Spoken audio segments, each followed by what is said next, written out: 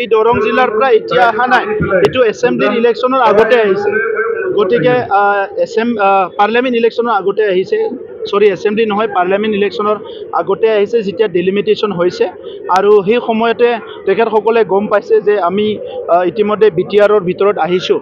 গতিকে আজিৰ সময়ত তেখেতসকলৰ কি ৰিচেণ্টমেণ্ট আছে, কি অভিযোগ আছে, সেইটো আমি শুনিম, জানিবলৈ চেষ্টা কৰিম। কিন্তু তেখেতসকলে BTR অঞ্চলত খুব সুৰক্ষিতভাৱে নিজৰ পৰিচয় অস্তিত্ব লৈ আত্মসন্মান লৈ জীয়াই থাকিব পাৰিব। কিবা এটা কথাত তেখেতসকলে হয়তো বুজি পোৱা নাই, এই কথাটো আমি আলোচনা কৰিম। আমিও নিজাববীয়াই কৰিম, দলৰ পাৰ্টিটো নিজাববীয়াই হয়। চাওক, 2029লৈকে কেন্দ্ৰীয়ত NDA চৰকাৰ আছে, তাত আমাৰ 2জন MP আছে। 2026লৈকে দিছপুৰত NDA চৰকাৰ আছে, তাত আমাৰ MLA আছে। আৰু ইলেকশ্যন ঘোষণা কৰালৈকে UPPL আৰু BJPৰ চৰকাৰ কাউন্সিলত চলি আছে।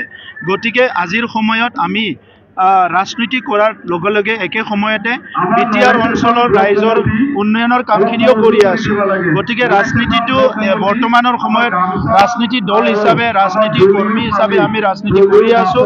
এট দ্য ছেম টাইম ৰাইজৰ উন্নয়ন, ৰাইজৰ বিভিন্ন ইস্যুবিলাক, মাটি বাৰীৰ পৰা আদি কৰি বিভিন্ন সমস্যাবিলাক সমাধান কৰাটো আমাৰ দায়িত্ব। এইকাৰণে সময়ত আলোচনা কৰাৰ কাৰণে, এলায়েন্সৰ কথা আলোচনা কৰাৰ কাৰণে, বিভিন্ন কথা আলোচনা কৰাৰ কাৰণে আজি CWC কমিটিত আমি কমিটি গঠন কৰি দিছোঁ। CWC মিটিঙত পৰৱৰ্তী সময়ত তেখেতসকলে আলোচনা কৰি আমি এটা সিদ্ধান্ত ল'ম। বিজেপিয়ে কৈছে ৰাজনীতিৰ পাকঘৰটো কোনটো হয়, ৰাজনীতিৰ বাহিৰৰ ঘৰটো কোনটো হয়।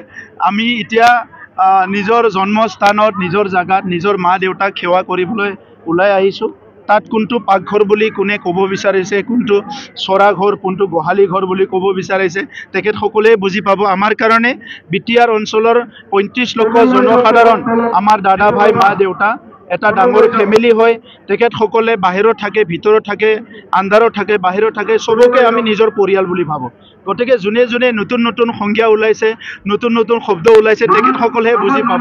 গণতন্ত্ৰত ৰাইজে ৰজা, আৰু ৰাইজৰ লগত যোনে থাকিব পাৰে, ৰাইজক যোনে সেৱা কৰিব পাৰে, সিয়ে মৰম পায়, এই কথা মই বুজি পাওঁ।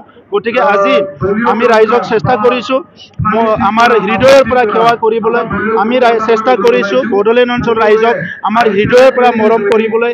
আমি চেষ্টা কৰিছোঁ বড়োলেণ্ড অঞ্চলৰ ৰাইজক আমাৰ হৃদয়ৰ পৰা আমি শ্ৰদ্ধা কৰিবলৈ। গতিকে এই ক্ষেত্ৰত কোনটো পাকঘৰ, কোনটো গোহালি ঘৰ কোনে কৈছে, তেখেতসকলে বুজি পাব, আমি বুজি নাপাম।